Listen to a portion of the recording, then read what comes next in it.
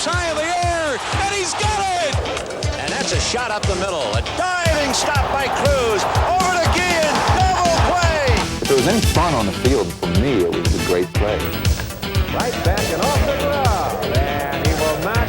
Mike Smith, what a play to Giddy. Bo on the charge. Bo is there. Yo, Bo! I never give up, and that's one of the reasons why I make some of the plays that I do. I have never seen a catcher block home plate like Mike Scioscia. Third base, one there, two there, and a triple play. Another chance for Mitchell, and he makes a barehanded catch!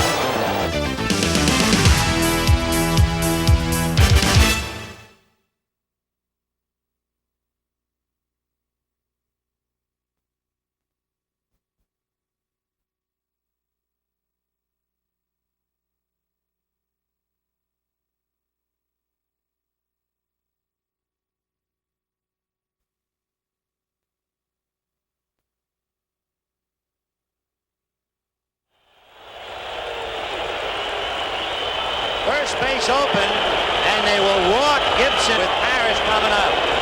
Well, you've got to believe that he's going to put him on with 4 pitches. He told him 4, he's coming out. I've had good success. You want the infield in on him? He don't want to walk you. He don't want to walk you. Usually. They're making a decision here, and Williams is in charge. And Gossett is saying, I can get him. Well, we'll see. And there it goes!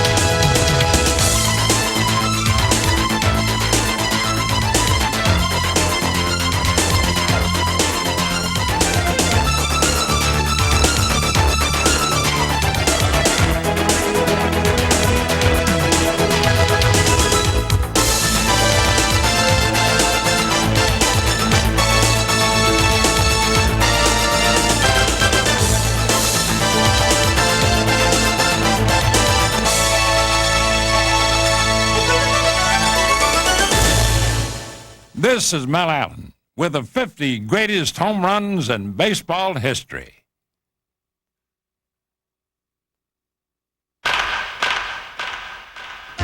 In baseball, there's nothing more majestic than the home run. Instantly, it renders everyone else on the field motionless, and yet simultaneously brings thousands of fans to their feet. The home run is why hope lives eternal in the heart of baseball fans. You never know when it will strike, and when it does, it can change the course of history. Home run hitters have made up baseball's greatest legends and most charismatic players, and none more so than the Babe. When Babe Ruth came along, baseball was in decline. Enter the Sultan of Swat, who could seemingly hit a home run whenever he wished. Some say he did precisely that in the 1932 World Series, calling his shot before hitting it. Home runs like that brought the romance back to baseball. Unfortunately, many of these home runs were never preserved on film or tape, but from the thousands that were, we've selected 50 of the greatest and most entertaining. So folks, just sit back and enjoy a long ball bonanza with 50 of the greatest home runs in baseball history.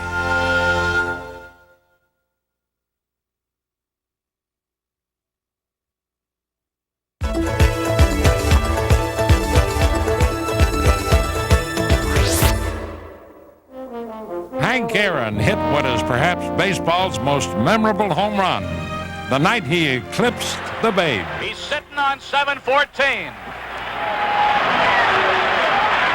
pitch by Downing. Swinging. There's a drive into left center field. That ball is going to be out of here. It's gone. It's 7:15. There's a new home run champion of all time, and it's Henry Aaron. The fireworks are going. Henry Aaron is coming around third. His teammates are at home plate, and listen to this crowd.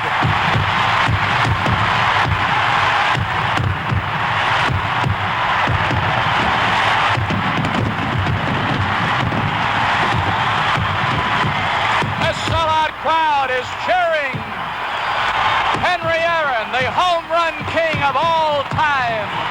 7:15 came on a ball. Henry Aaron made his mark by hitting more home runs than a bona fide legend. But even the less prolific can be thrilled by a home run.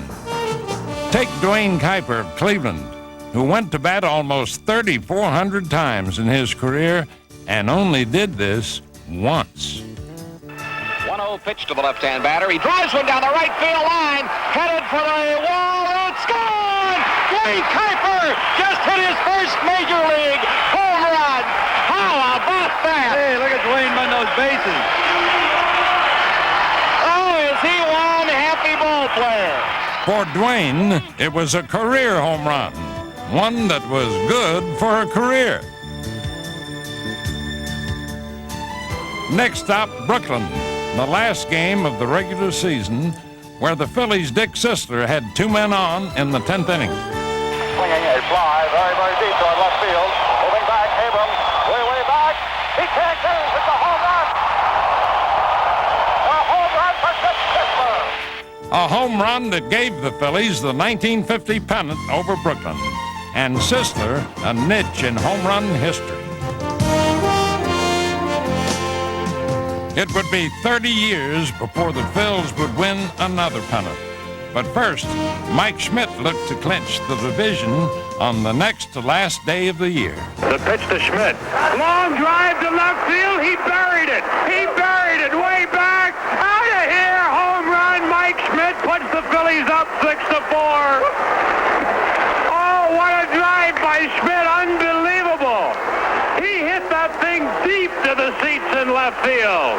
And the Phillies greet Schmidt at the plate. Mike clasps his hands. He shakes hands with all of his teammates. What a wild scene in Montreal. The Phils went on to win both the pennant and their first World Series.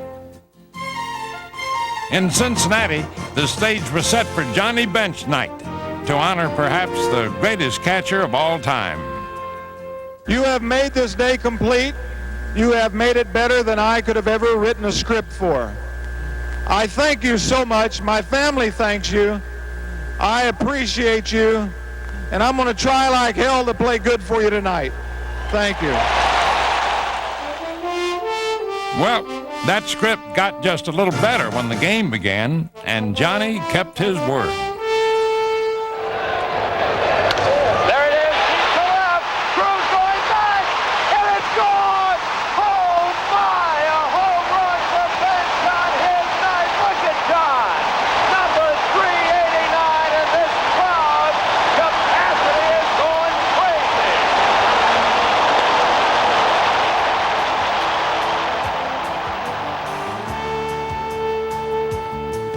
Ted Williams was another guy who had a knack for rising to the occasion.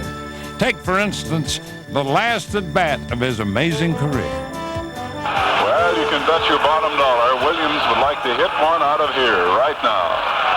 There's a drive to deep right center. This may be gone. Fred way back there watching. Home run, Ted Williams.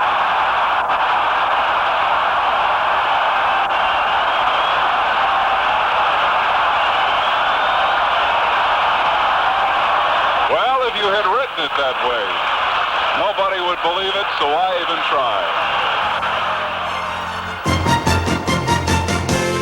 Phillies pitcher Rick Wise is an unlikely inclusion in the 50 greatest home runs, but in fact he hit 6 in 1971, 2 in this game. There's a well-hit ball, deep left field, that might go. It is a home run for Rick Wise, his second of the game. And what a story this is. He is putting on quite a show here tonight. Can't pitch any better, and you can't hit any better. Well, actually, Wise did pitch better than he hit. And there's only one way a pitcher tops 2 home runs.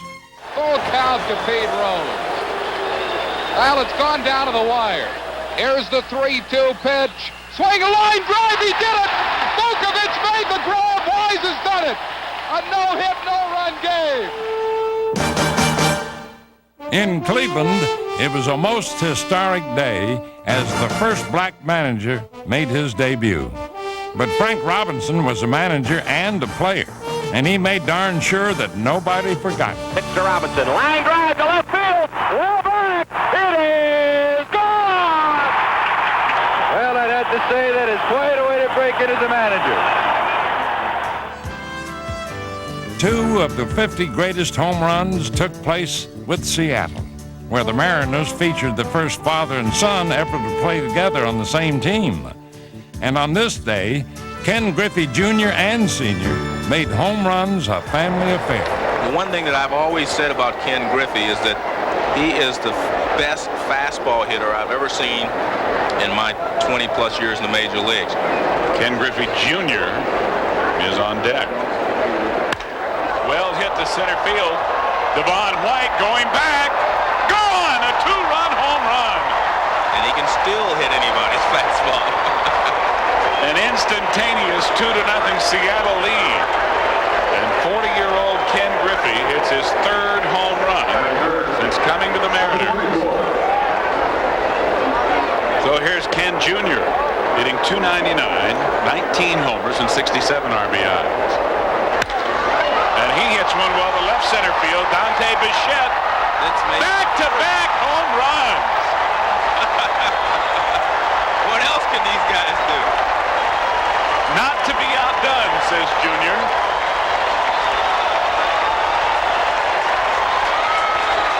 His 20th of the year.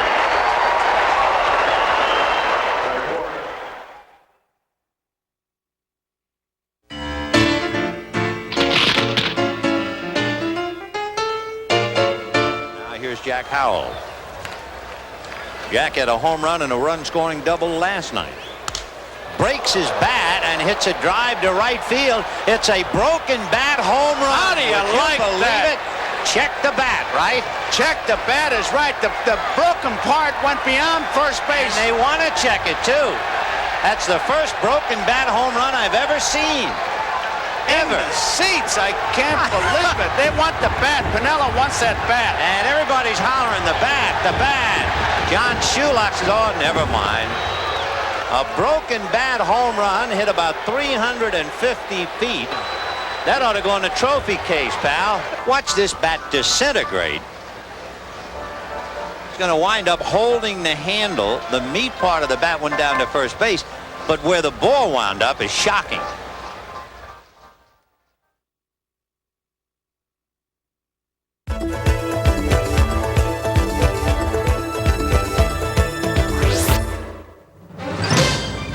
Baseball's first All-Star game was held in 1933, and quite appropriately, Babe Ruth hit the first All-Star homer. But for sheer All-Star drama, we must go to Briggs Stadium in Detroit, where, with the American League trailing 5-4, a young Ted Williams came to the plate, 2 on, 2 out, the 9th inning. Williams swings as a high drive going deep, deep. It is a home run against the tip top of the right field stand.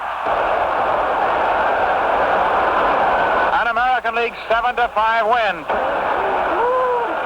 Yes, hitting that home run in the All-Star game in the 9th inning was certainly a big thrill, and I'll never forget the rest of my life. 5 years later, in front of the hometown fans in Fenway Park, the American League romped 12-0, thanks to 2 home runs by Williams. But it was the second home run, hit off the seemingly unhittable Ephus pitch of Rip Sewell, that caused such a stir.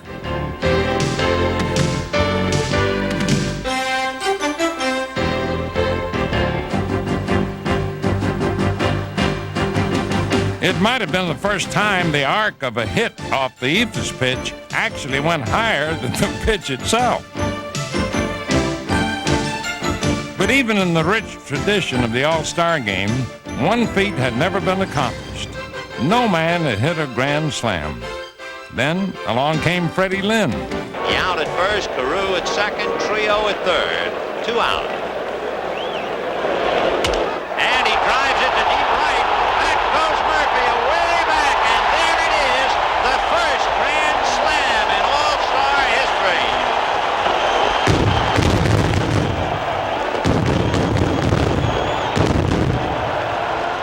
The first grand slam home run in All-Star history, hit by that man, smiling Fred Lynn.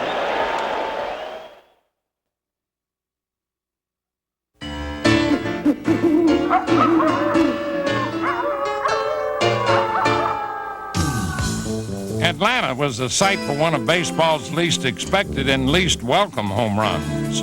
The Braves and the Mets in the strangest of games. There were rain delays, guys getting thrown out, and a July 4th fireworks display for after the game.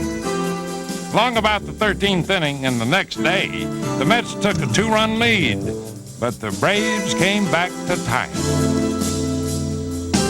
Then in the 18th, the Mets regained the lead by 1, and Atlanta relief pitcher Rick Camp, who had never hit a big league home run, came to the plate. It'll be an 0-2 pitch.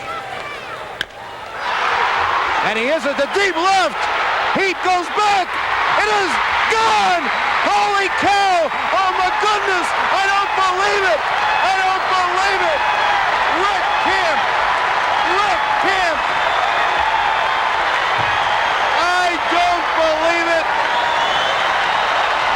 That certifies this game as the wackiest, wildest, most improbable game in history.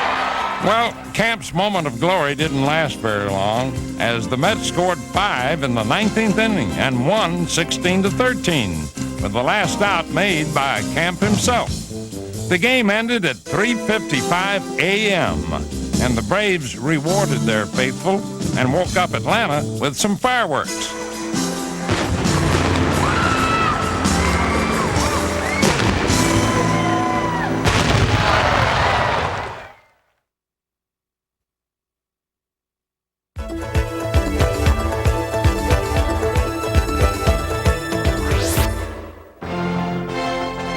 In 1951, the groundwork had been laid for baseball's most often heard home run. The New York Giants had made up 13 and a half games on the Brooklyn Dodgers to finish the regular season all tied up. A 3-game playoff was deadlocked at 1 win apiece, and in the bottom of the 9th inning of Game 3, the Giants trailed at 4-2. But with 2 on, Ralph Branca came on to pitch. And up to bat came Bobby Thompson. Bobby Thompson up there swinging. Branca throws. There's a left back. It's going to be, I believe, the Giants from the pellet. The Giants from the pellet. The Giants from the pellet. The Giants from the pellet. Bobby Thompson hits into the very back of the left field stand.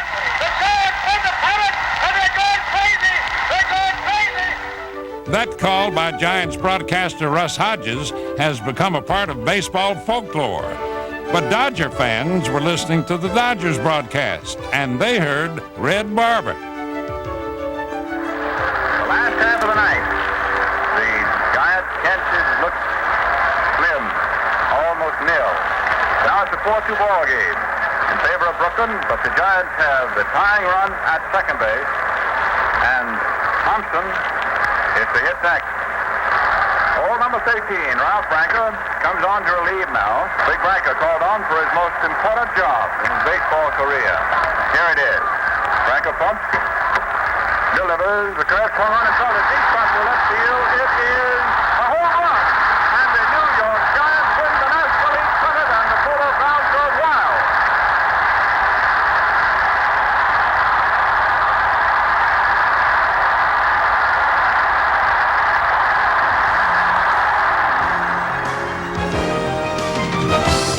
This was a playoff game in its purest form. But in 1969, Baseball assured itself of playoffs every year by adopting 2 divisions in each league and holding the best of 5 league championship series to determine the pennant. All of which brings us back to the Bronx, where the best of 5 series between the Yankees and Kansas City was tied 2 games apiece. The game was tied at 6, and the Yankees' Chris Chambliss was leading off in the bottom of the 9th inning.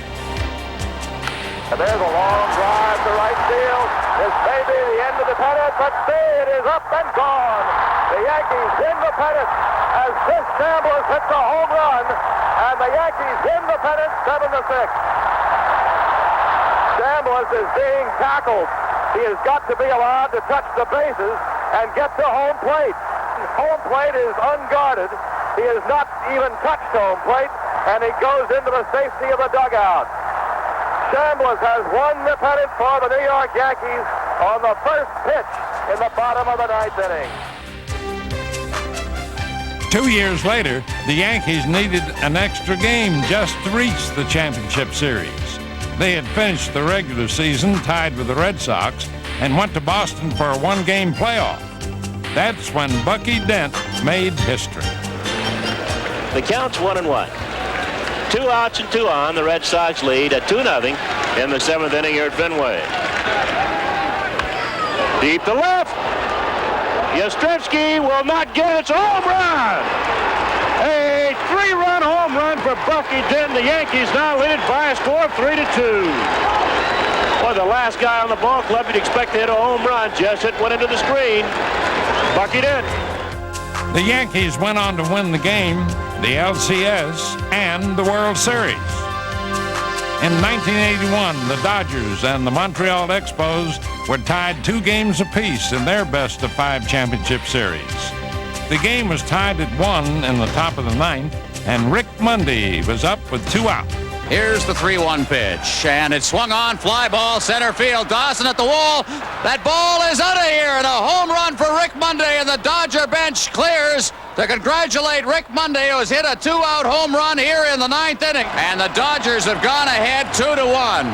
That proved to be the game winner, and the Dodgers went on to exact some revenge against the Yankees in the World Series. 3 years later, the San Diego Padres trailed their championship series 2-1 to the Cubs.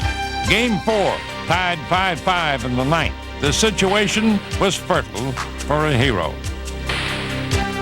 Pitch on the way to Garvey. Hit high to right center field. Way back. Going. Hit it. Gone. Steve Garvey in the 9th inning. Hit one over the 370 mark. And the Padres beat the Cubs 7-5. Oh, doctor, you can hang a star on that, baby. Well, the emotion carried over as the Padres won Game 5 as well, and for the first time ever went on to the World Series. In 1985, the League Championship Series became a best of 7, and so Game 5 was pivotal but not deadly. Series tied to 2. Game tied at 2. Bottom of the 9th, and Ozzie Smith at the plate. Smith corks one into right, down the line. It may go. Go crazy, folks. Go crazy. It's a home run, and the Cardinals have won the game by the score of 3-2 on a home run by the Wizard. Go crazy. With the Cardinals now up 3-2, the series shifted back to Los Angeles, where in Game 6, the Dodgers led 5-4 with 2 out in the 9th. But Jack Clark had 2 men on. From the stretch. First pitch hit deep to left field. Way back. Guerrero will look up. Jack Clark has just put the Cardinals ahead. A towering 3-run home run in the 9th inning. The Cardinals have spilled out of the dugout.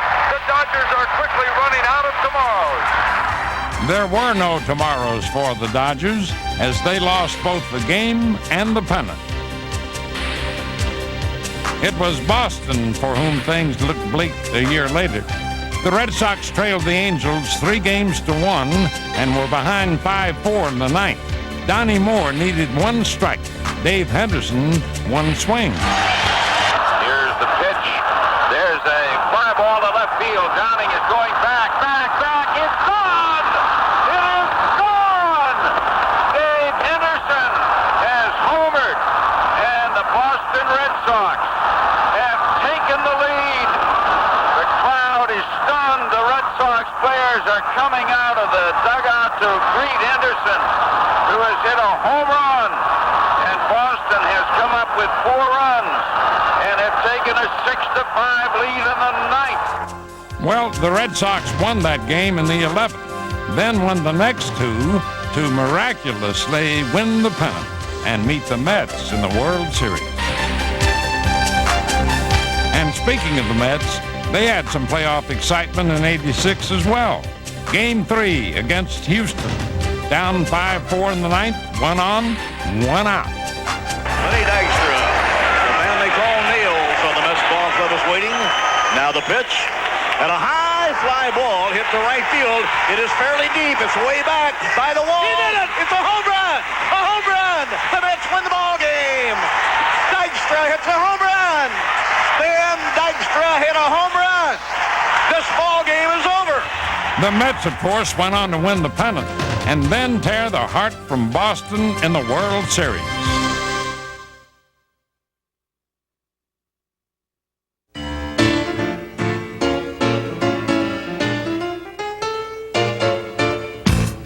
This is Luke Appling, a Hall of Fame shortstop who played in the 30s and 40s. Luke went on to play in some old-timers games, but as Luke got older, he got better. 75-year-old Luke Appling, who still works in the Atlanta Braves organization, facing Warren Spahn, deep to left field, way back there, home run, Luke Appling, 75 years old. Oh, you gotta love it. Is that great, Red? I told you when you were talking about him at the start, he could still swing that bat 75-0. Luke Appling rumbles around the bases, 75 years old.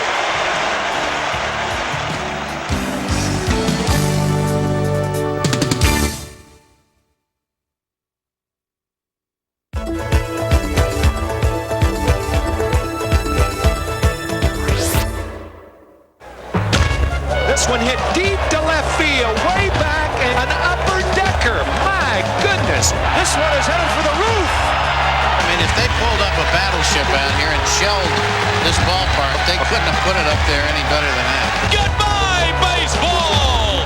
Way out of here to left center field, way beyond the bullpen. Holy smoke! You talk about a cannon shot. Wow!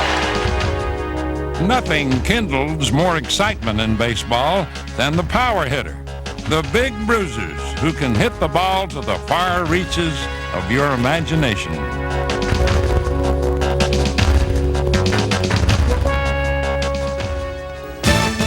One of the strongest men ever to play the game was Mickey Mantle. He tested the limits of a ballpark, and some were simply unable to contain him.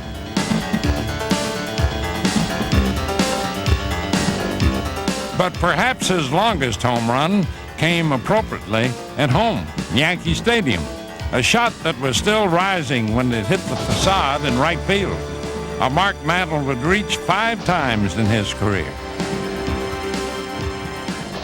Darryl Strawberry can hit the long ball, but none longer than one at Olympic Stadium. It's a long drive.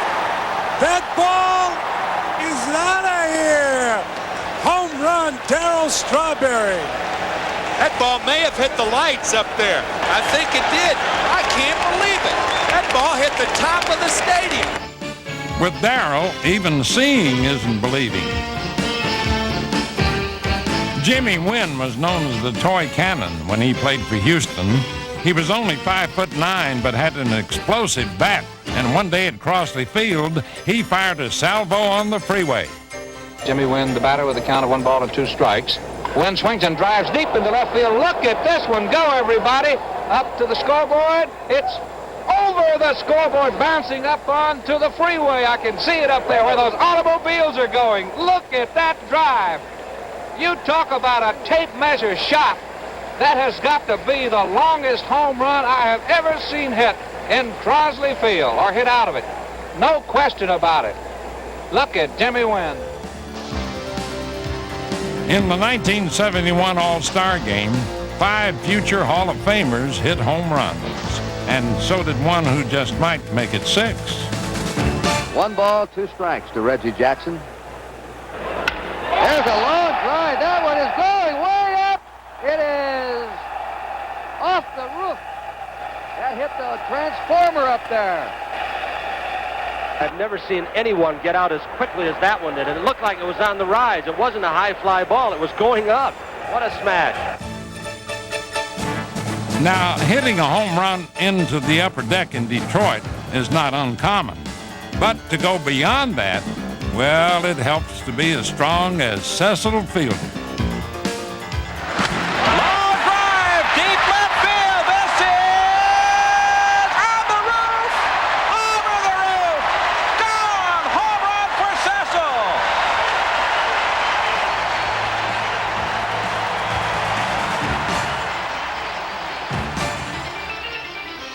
Cecil also took on Milwaukee's County Stadium and won.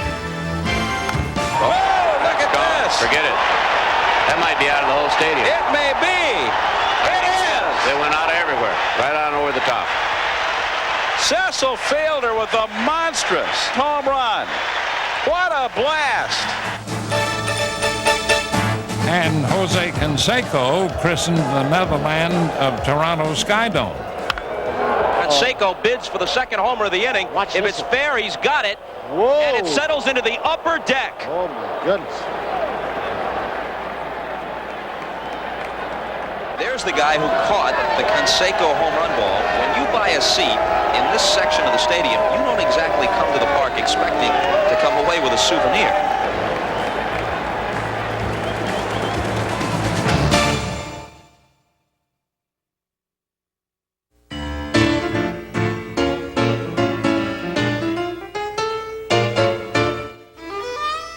This is the story of a man named George Brett, who put some pine tar on his bat to get a better grip, then sought to cancel a 4-3 Yankees lead in the ninth. The best fastball pitcher in baseball and just about the best fastball hitter in baseball, George Brett. What a confrontation.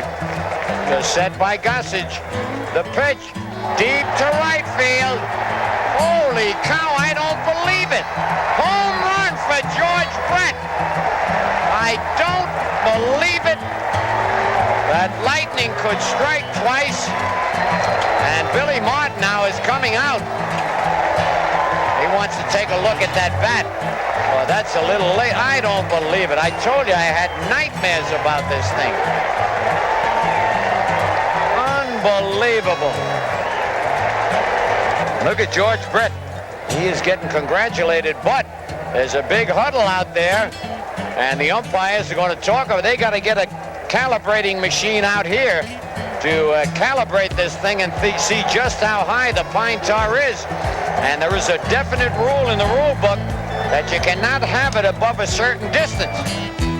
Well, they found that calibrating machine at home plate and determined the pine tar was too high. And the home run that wasn't. Oh, I can't believe that. Wait a minute, Bill. I can't believe that. They did that to Thurman Munson out in Minnesota. Brett is upset, and I can't believe that, Phil. 4 days later, the American League overruled the umpires. Brett's homer stood, and the game was eventually finished with the Royals sticking it out for a 5-4 victory.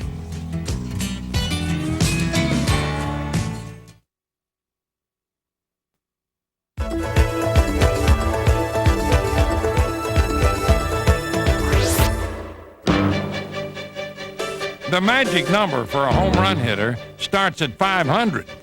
Now, after that, everything is gravy. If you hit more than 500 home runs, there's a pretty good chance you're going into the Hall of Fame.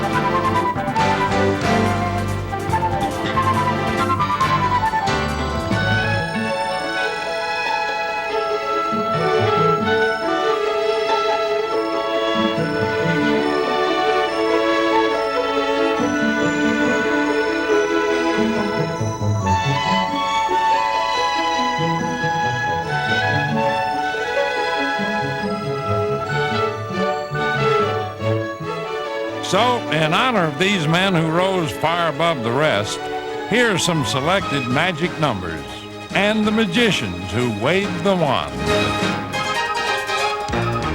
Here's the pitch to Willie. Swung on, hit deep to left. That one is way back, way back, way back. Well, that's good by number 600 for Willie Mays and the bye-bye Baby Bonanza. And the Giants come to home plate to greet him. Number 600 for Mays. He hit it over the 370-foot mark. A standing ovation here in San Diego for Willie.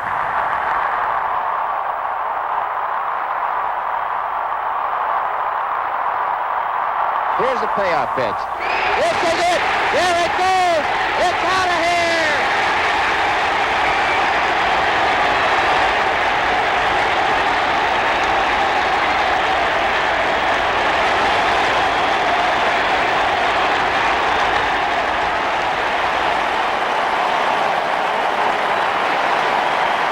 The wind is not a big factor. It's out of the southeast at 7 miles an hour.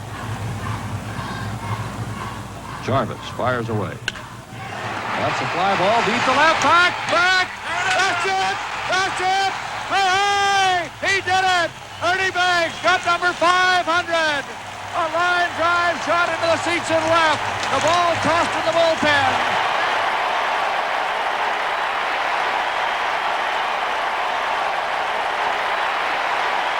The 3-0 pitch. Swing and long drive. There it is. Number 500. The career 500th home run for Michael Jack Smith. And the Phillies have regained the lead in Pittsburgh. 8-6. And the Phillies dugout comes swarming out to home plate.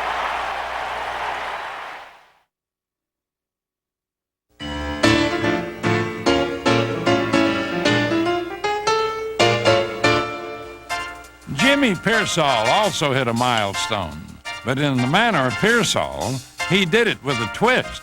Duke Snyder pinch hit off a Koufax and hit his 400. And the next day I opened the paper and there was just a little bit of a box in there about his 400 home. I said, Duke, you're a big man in Brooklyn, New York. You're going to be in the Hall of Fame and a great center fielder, but you hit your 400 home run and nobody knows about it. He said, I got 99, and when I hit my 100, I'm going coast to coast. And he said, hit the road.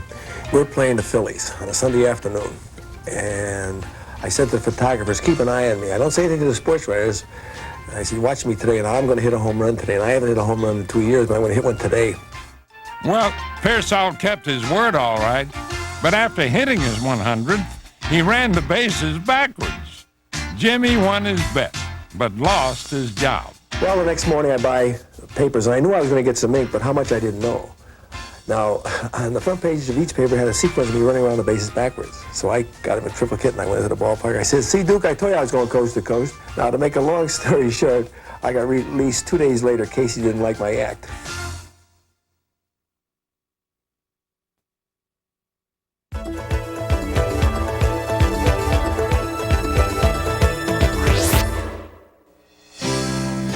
Hank Aaron, as most baseball fans know, went on to hit 755 home runs in his wondrous career, which he finished with the Milwaukee Brewers.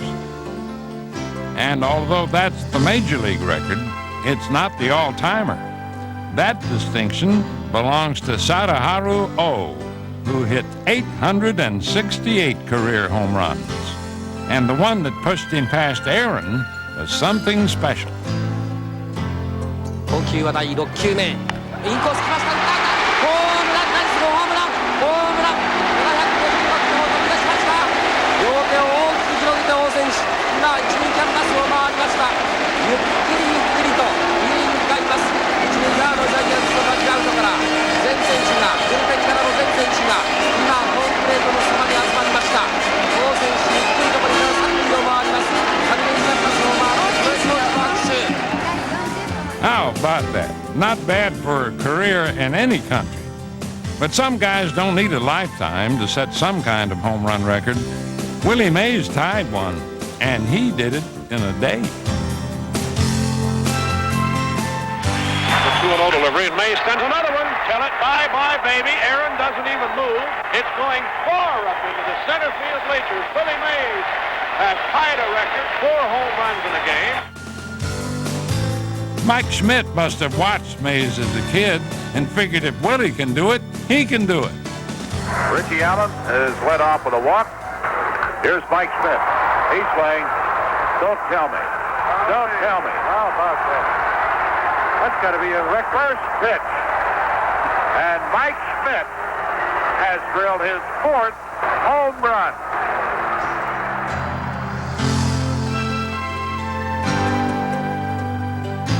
And remember Bob Horner of Atlanta? Well, he also worked his way into one of baseball's most exclusive clubs. Reardon delivers. There's a fly ball, deep left center field. Right looking up. He did it! He did it! Bob Horner has become the 11th player in baseball history to hit 4 homers in one game. Back in 1956, Dale Long hit a home run in 8 consecutive games. Not even Babe or Hank did that. Well, some 31 years later, Don Mattingly had the chance to tie that record. Hey, did he get all of it? Holy cow, he did it! Holy cow, Mattingly is unbelievable. The opposite field. Holy cow. And Don Mattingly has just tied a record set back in 1956 by the Pirates' Dale Long. A home run in 8 consecutive games. Now, we all know Roger Maris holds the all-time record for home runs in a season with 61. But poor Roger first had to deal with the pressure of just tying Ruth's mark of 60. And some of us just happened to be there when he did it. There it is. There it is. If it stays fair, there it is, number 60.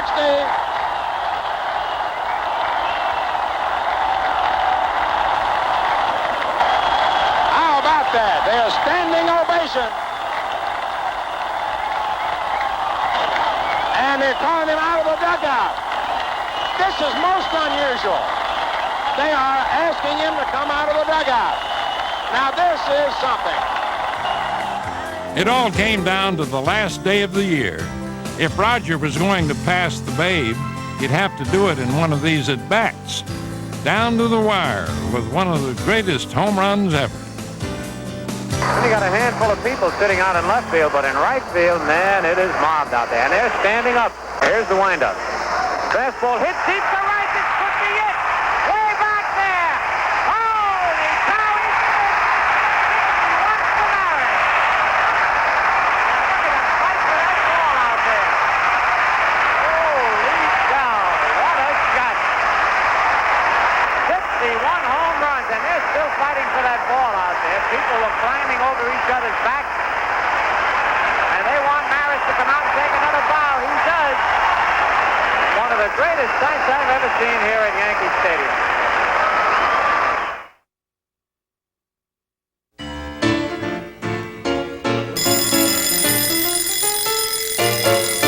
Runners at first and second. Bo Jackson is up. Bo Jackson last year as a rookie set a Royals rookie mark with 22 home runs. He wanted to call time on that pitch and nails it to deep left. Can you believe that? Incredible. He wanted to call timeout, held up his left hand to request time. He didn't get it, swung the bat, hit it out of the park. A 3-run homer. Talking about strength. Now watch this. Takes his hand off the bat, says, I want timeout. Doesn't get it. Whack.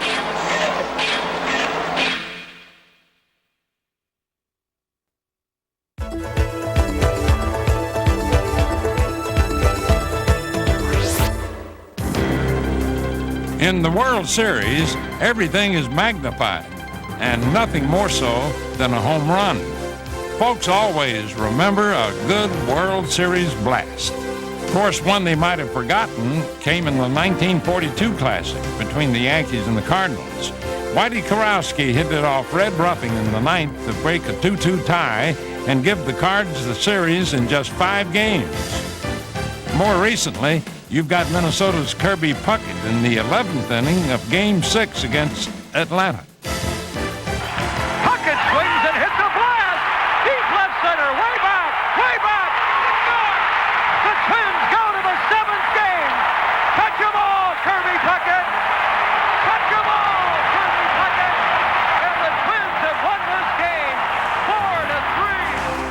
The Twins also won Game 7 in one of baseball's greatest World Series. And if just one World Series home run can be so memorable, what about 3 in one game? Once again, here's Reggie. Jackson with 4 runs batted in. Sends a fly ball to center field and deep. That's going to be way back, and that's going to be gone. Reggie Jackson has hit his 3rd home run of the game.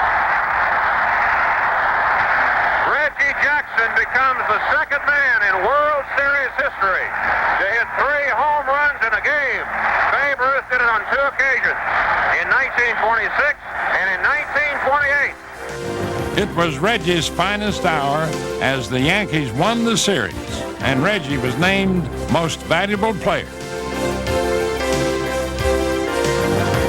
On to Forbes Field in Pittsburgh for the single most dramatic World Series home run.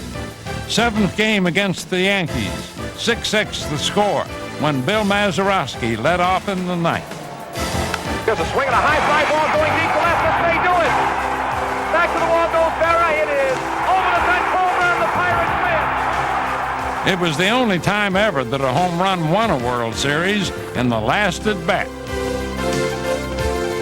Then there's Carlton Fisk, whose Red Sox trailed Cincinnati 3-2.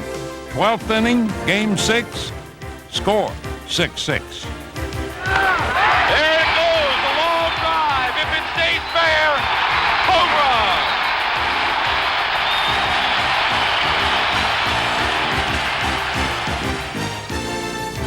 Even though Boston lost Game 7, they can always lay claim to winning what may have been baseball's greatest World Series game. Finally, Kirk Gibson, barely able to walk, called on to pinch hit with 1 on, 2 out, and the Dodgers trailing Oakland by 1 run in the 9th inning. All year long, they looked to him to light the fire, and all year long, he answered the demands until he was physically unable to start tonight with 2 bad legs. And with 2 out, you talk about a roll of the dice. This is it. 4-3 A's, 2 out, 9th inning. Not a bad opening act. High fly ball into right field. She is gone.